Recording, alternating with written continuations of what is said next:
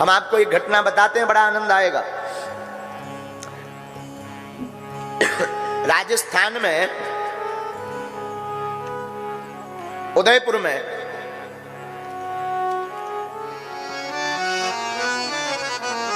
राजस्थान में एक स्थान है उदयपुर, वहां पर भक्त की वाणी सिद्ध करने के लिए ठाकुर जी ने लीला की। भक्तमाल में एक प्रसंग आया है, सत्य घटना सुनाते हैं, पर आपको हम मिथिला ले चलेंगे। उदयपुर के समीप में एक मंदिर है रूप चतुर्भुज जी का। वहां पर रूप चतुर्भुज स्वामी का मंदिर है, पंडित जी। वहां एक पुजारी जी रहते थे, उनका नाम था देवा पंडा जी। क्या नाम था? देवा पंडा जी।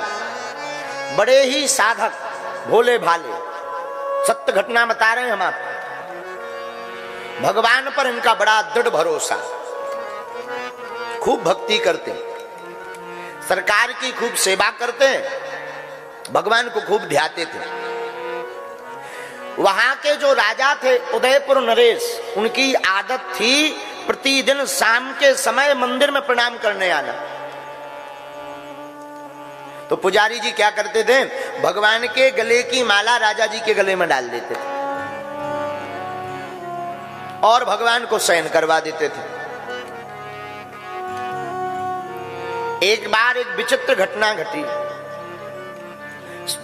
मंदिर के पट बंद होने का समय आ गया, राजा नहीं आए। आरती हो गई, राजा नहीं आए।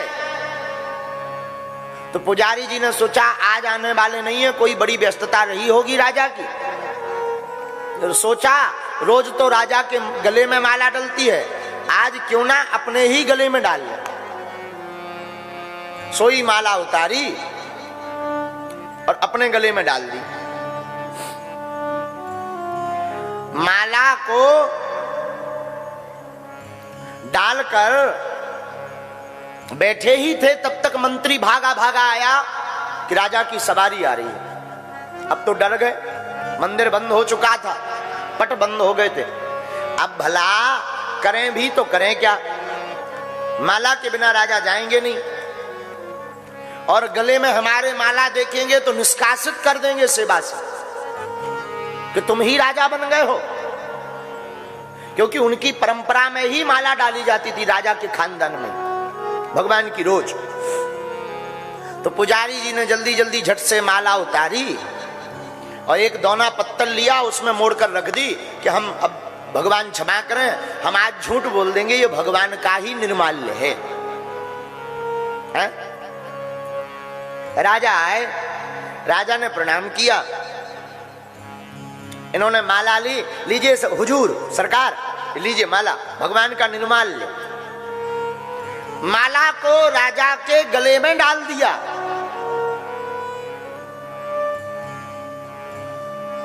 तो राजा ने माला को जब नाक से लगाया तो कहा, पंडित जी लगता है ये माला किसी ने पहले पहनी है, क्योंकि भगवान के अंग के इत्र की खुशबू इसमें नहीं है, और आज तो किसी के पसीना की खुशबू आ रही है इसमें।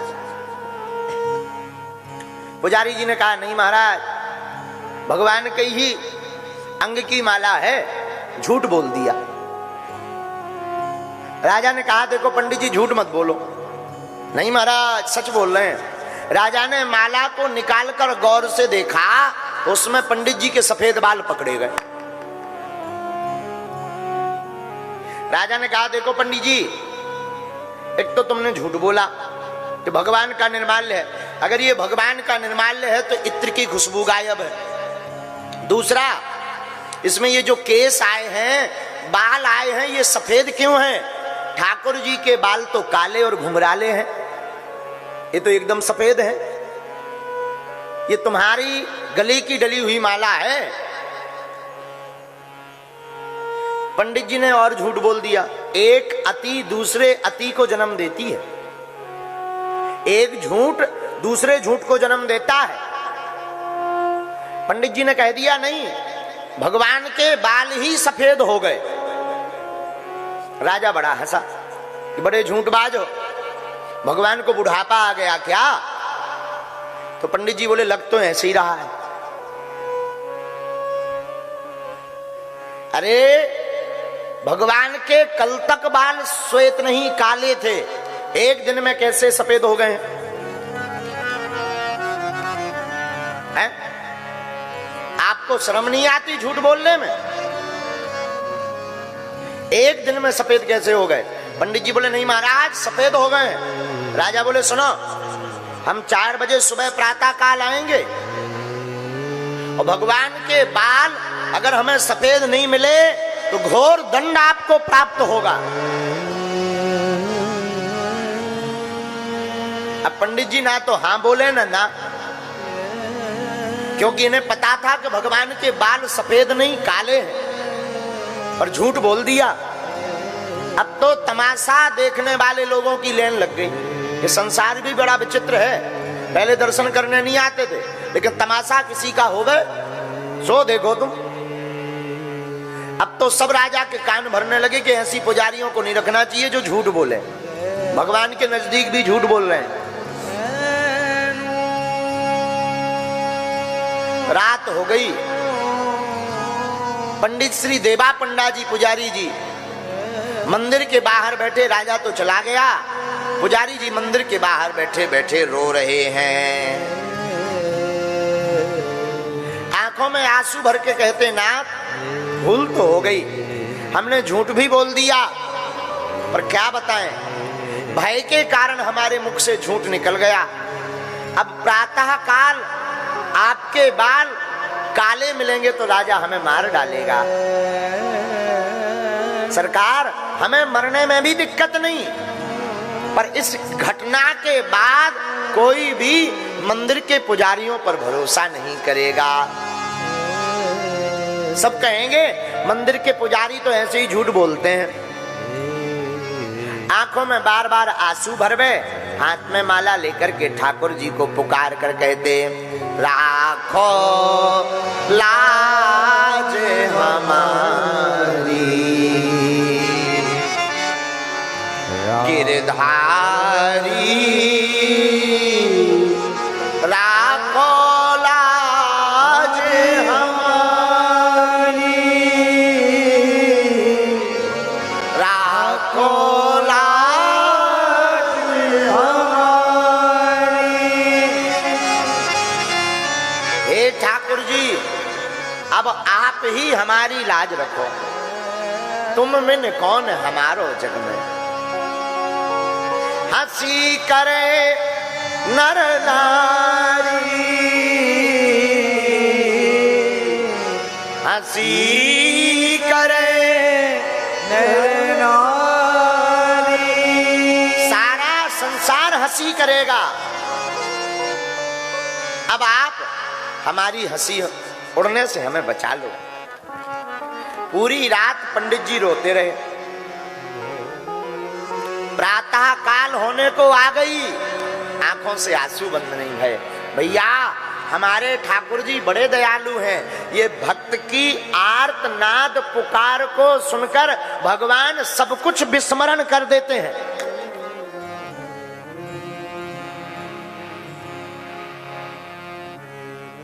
ठाकुर जी का एक स्वभाव है, ये गुण और अवगुण नहीं देखते ना। कई लोग हमसे कहते महाराज जी हम तो बड़े पापी हैं, क्या पता हम पर बालाजी की कृपा होगी कि नहीं। भैया सन्मुख होए जीव मोह जब ही, जन्म कोटि अघनासे तब ही। जब जब जीव भगवान के सामने जाता फिर भगवान उसके अवगुण तो देखते ही नहीं है। यही तो उनका स्वभाव है। आंखों में आंसू भर के पूरी रात रोए।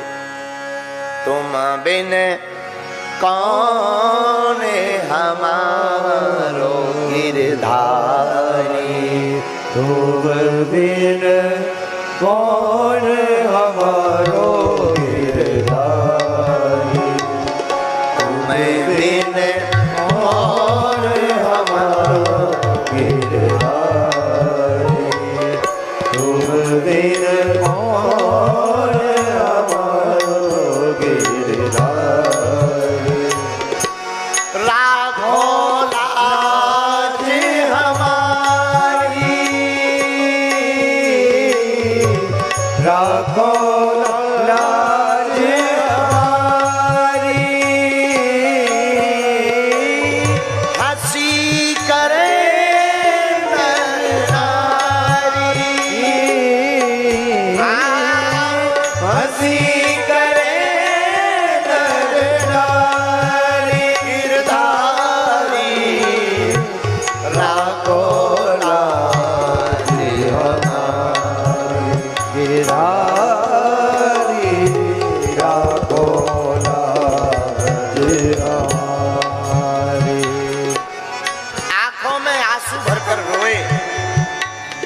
झर झर अखियां बहबे मांधो, झर झर अखियां बहबे मांधो, तेरे सुनो बनवारी हो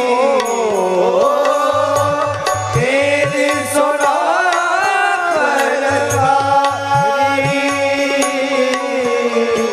राखो लाज हमारी नारी, राखो लाज हमारी गिरधारी, राखो लाज हमारी गिरधारी, राखो लाज हमारी गिरधारी, राखो लाज हमारी गिरधारी, राखो लाज हमारी। सुबह हो गई, प्रातः काल 4 बजे राजा भी आ गए, तमाशा देखने वाले लाखों लोग आ गए। पंडित जी की आंखें लाल, हाथ में माला लिए, शरीर कांप रहा। इन्होंने स्नान किया, नहाया धोया कि अब आज या तो हमारे प्राण चले जाएंगे या आज के बाद पूरा जीवन ठाकुर जी के चरणों में गुजरेगा। तो बार बार नैनों में आंसू भरे, बार बार ठाकुर जी को याद करें और साष्टांग दंडवत प्रणाम किया। और सब चिल्लाने लगे, पर्दा खोलो पर्दा खोलो, हकीकत पता लग जाएगी कि पंडित जी झूठ बोलते कि सही।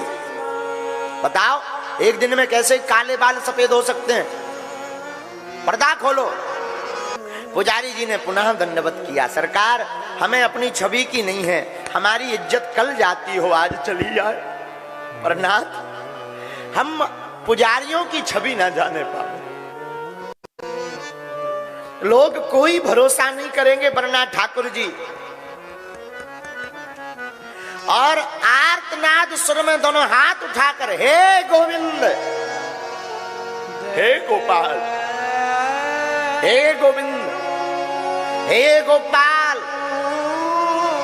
जोर जोर से पुकार कर ठाकुर जी को याद किया पंडित जी ने और पुनः प्रणाम किया। राजा ने फिर कहा पर्दा खोलो। और धन्य है ठाकुर जी की भक्त वत्सलता, धन्य है ठाकुर जी का कृपा में स्वभाव। जैसे ही पर्दा खोला सोई ठाकुर जी ने अपने काले बाल सफेद कर लिए।